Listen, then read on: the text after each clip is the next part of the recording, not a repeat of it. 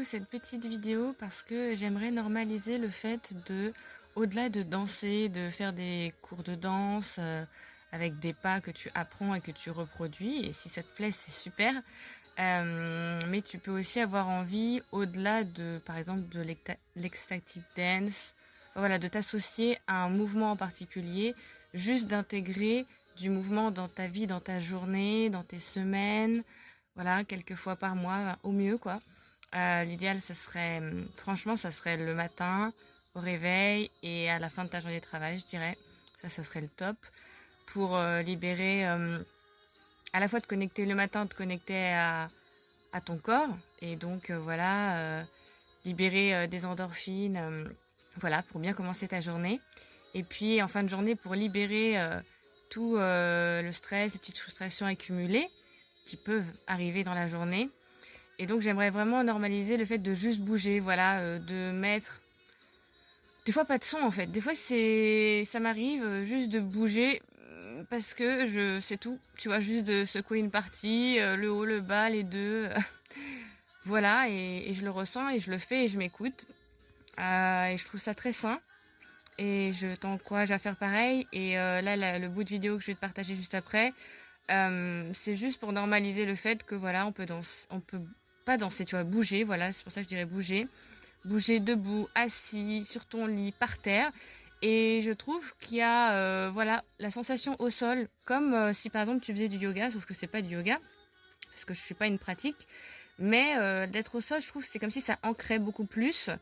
Euh, et voilà, on sent beaucoup plus la respiration quand on est sur le ventre aussi.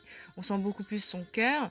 Enfin voilà, je trouve qu'il y a plus de sensations, on va dire, à être au sol sur quelque chose de dur aussi, ou sur son lit, mais voilà.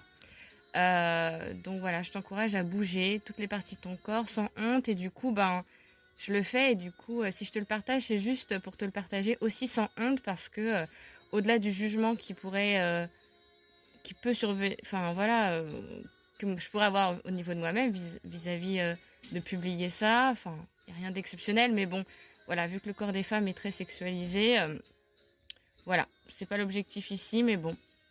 Voilà, le bassin en fait. Bon bah et le bassin et du coup voilà, de bouger son bassin et c'est surtout là que est très stocké les tensions en fait. C'est très très libérateur de bouger son bassin.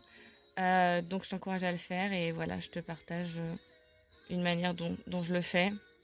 Je le fais debout aussi, mais je crois que c'était plus facile de filmer comme ça et encore. Voilà.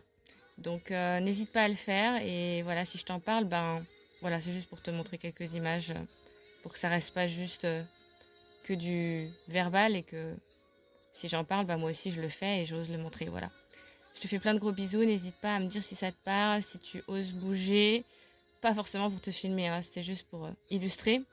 Mais voilà, ce que tu le fais pour toi. Voilà, je te fais plein de gros bisous et n'hésite pas à me dire ce que tu penses de cette pratique pour toi, chez toi par exemple.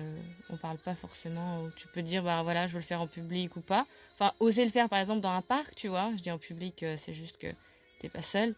Voilà, sur une plage ou voilà, dans la nature par exemple. Voilà. Bon je te fais plein de gros bisous et n'hésite pas à me partager ton feedback. Je te fais plein de gros bisous.